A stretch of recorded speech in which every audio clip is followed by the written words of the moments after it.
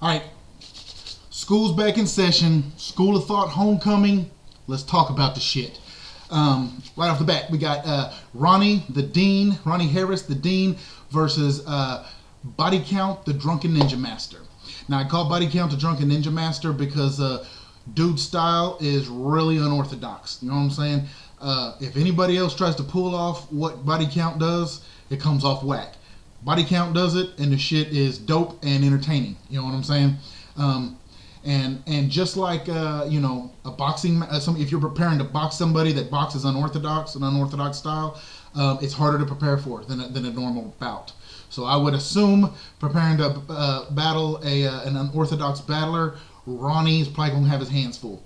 Aside from the fact that he's got to put all the shit together, like I always say, you know what I'm saying? He's the dean. That's what he does. Last time we saw Ronnie versus LA, he had a really dope angle going at LA about you're the white boy that wants to be black, and it was really dope to me for two reasons. One, because I identified with it.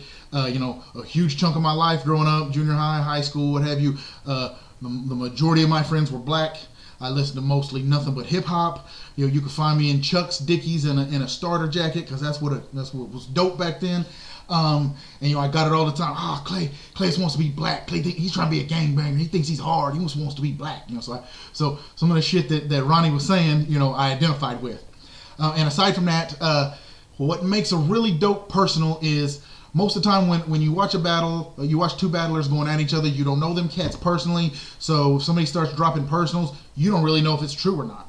So if it sounds like it could be true, that makes it dope. You know what I'm saying? I don't know, but it probably sounds like that could be true. So, I don't know LA. I had a handful of conversations with him in person and online, and the only real way I know LA is through his battles and the way he presents himself in the batttos. And a lot of what Ronnie was saying could apply to LA if that's what you know LA from. But like I said, I don't know LA personally. He might be, Monday through Friday wear a suit and tie, report to a cubicle, and crunch numbers. He's an accountant. He crunches numbers and listens to Kenny G in his cubicle every day. I don't know. You know what I'm saying? But the way he comes across in battles, Ronnie starts going at him with that, and it comes across like that might be true. So it'd be interesting to me to see what Ronnie Harris can pull out of his bag going at Body Count. You can't really say that Body Count's white wants to be black dude. You can't say that versus Body Count, So it's going to be a dope matchup. Ronnie, the Dean, versus the Drunken Ninja Master. It's going down. Next, we got AWACS versus Dilemma. Now, what AWACS brings is that golden age of hip-hop, that golden era of hip-hop, mid-90s, East Coast, wordsmith type lyricist. You know what I'm saying? Battle style. So if you're from that era, you appreciate that shit, you might lean towards Wax on this. Dilemma brings if what brought you into the battle world is this new era, URL wordplay, associative wordplay type, deep complex metaphors type shit, you might lean towards Dilemma. Now, when we saw Wax versus Neek, Wax was on one. Wax blacked the fuck out. You know what I'm saying? Then the last time we saw Wax against Body Count, not quite as sharp as he was against Neek. If Wax comes at Dilemma like he came at Neek, it could be a long day for Dilemma. You know what I'm saying? As far as Dilemma, I've seen Dilemma slip a couple times, have a couple stumbles. And when he's got a lot of battles out there. When you put yourself out there that much, it's going to happen some. You know what I'm saying? If he's had a handful of battles in School of Thought, Texas Battle League, and when he's got 10 or 12 battles online, you put yourself out there enough, you're going to slip some. You have enough street fights, it don't matter how bad you are, you're going to get punched in the face. You know what I'm saying? You put yourself out there enough, it's going to happen.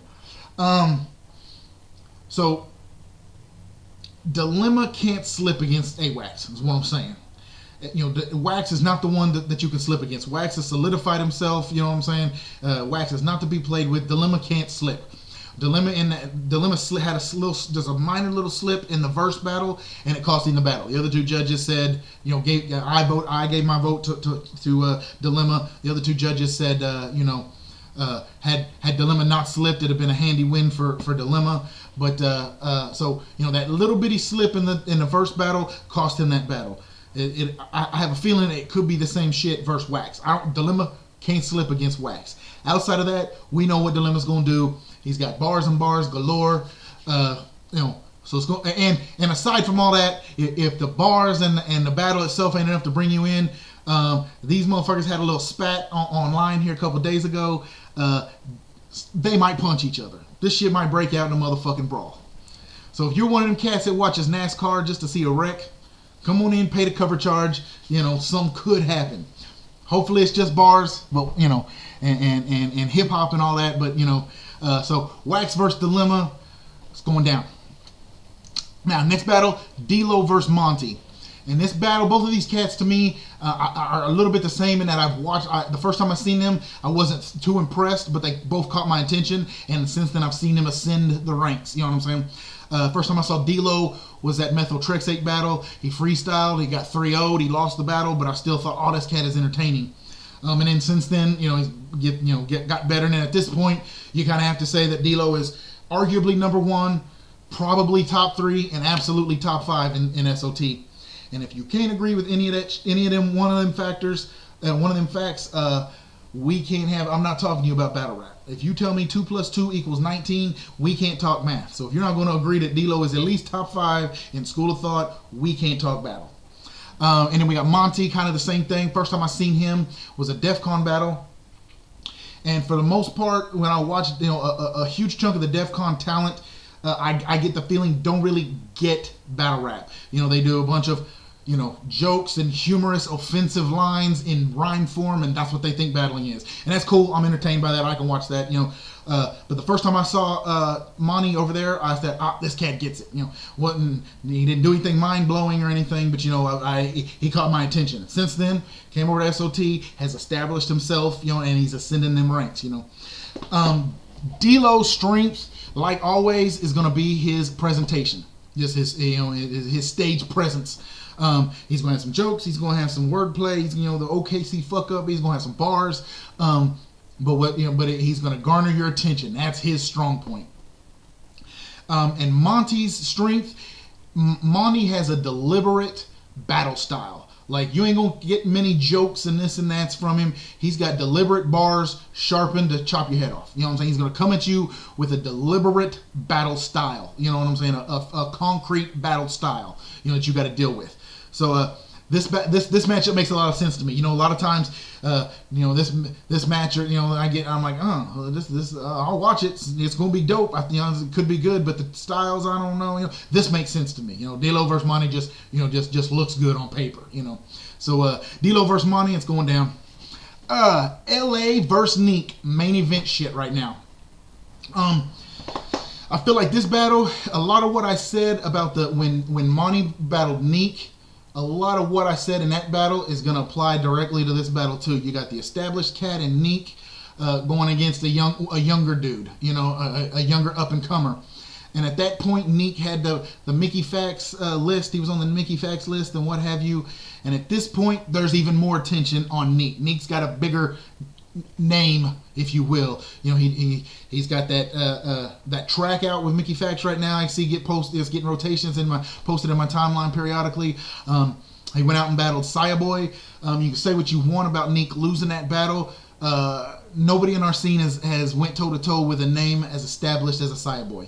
Aside from Nim, I think Nemesis had battled a couple big names in the Scribble Jam and the freestyle days back in the day. But as far as modern day, this format, nobody in our scene has battled anybody bigger than Neek. So once you factor in, Boy's got this fan base. Neek gets in there, goes at Boy with some shit. There's no way he didn't garner some of them fans. You know what I'm saying? So at this point, Neek's got a bigger name than he had ever. Even before. So LA knows what this is. LA is aware of that. I know that LA is thoroughly aware of that. LA is a young, hungry cat. You know what I'm saying? He knows what he's coming into and who Neek is. Now, I get the and as far as LA being young and hungry, I get the feeling just from some of the conversations I've had with LA before and some of the things I've seen him say and do. LA is a student of this. he knows, he wants to get better. He's a student of this craft. He knows he's good, and he knows he can get better, and he wants to get better. I get the feeling a lot of cats, get to a certain point and go, I'm good. You know what I'm saying? I don't need to improve because I got it. And I don't get that from LA. You know what I'm saying? And along those lines, if you're a neek, if you're somebody of a neek stature, do you at all, or at what point do you become complacent being the big fish in a small pond? You know what I'm saying? Because of all that shit that I just said. He's got the fucking biggest fan base he's ever had. He's politicked with John the Don and Saya Boy and that Mickey Fax shit. At what point, if you're a neek, do you go through the motions, write some hot little bars, show up, put on your little performance, and just be good with that, and not want to not want to give it that extra oomph? You know what I'm saying? Because if Neek does that, if there's any amount of that complacency, Neek could be in trouble, because LA is coming to eat. LA's that young, hungry wolf, and he's coming. You know what I'm saying? LA came into Dean. He gave Ronnie all he wanted. You know what I'm saying? And if you're LA, this Neek battle is going to be bigger to you than the Ronnie battle, because of all that shit. The fucking Saya Boy, all that shit. You know what I'm saying? There's a bigger audience on LA, on Neek at this point, which LA can get exposed to. And I don't think Neek's gonna do that. You know what I'm saying? What I said about the Neek versus AWACS battle is, was Neek gonna have his eyes on the Saya Boy battle and come lackluster against AWACS, and that didn't happen. AWACS blacked the fuck out that night. AWACS's performance probably beats everybody in the building that night except Neek. You know what I'm saying? Neek knew what he had to do, showed up, and handled business. You know what I'm saying? I don't foresee Neek doing anything other than that. You know what I'm saying? And kind of like I said about D-Lo, Neek is probably number one, arguably number one, probably top three, absolutely top five. If you can't agree with any of that, I'm not talking battle rap with you. So let's get to the business of it. Those are the matchups. That's main event shit. October 18th at the Hangar, 1210 North Penn. Doors are at 8. Cover charge is $10. We got these 4 battles. Got a beat battle, got some b-boy battles. This is not just a couple of rappers calling each other faggots. This is a hip-hop culture. Kulcha culture. Now, business of it handled. Let me end this blog like this. I'm not a battler, so it's not my place to call out anybody. Battlers. You know what I'm saying? But it is my place to call out the SOT top tier cats, the Tylers, the D-Los, the Dilemmas, the Ronnies. You know what I'm saying? I know I know a lot of you cats have contacts in other leagues. Let's call these motherfuckers out. You know what I'm saying? Some of y'all been in Texas Battle League. Some of y'all, Dilemma going down to New Orleans this week, I think. Spit That Heat. Monty hit me to them cats in Wichita. I forget that league's name. Right up the highway in Wichita. Let's y'all motherfuckers cut some blogs. Call somebody a faggot. Tell them they ain't got bars like that. Tell them their mama smells like chicken of the sea and Afro Sheen, or whatever the fuck you got to do to lure some motherfuckers in here. You know what I'm saying?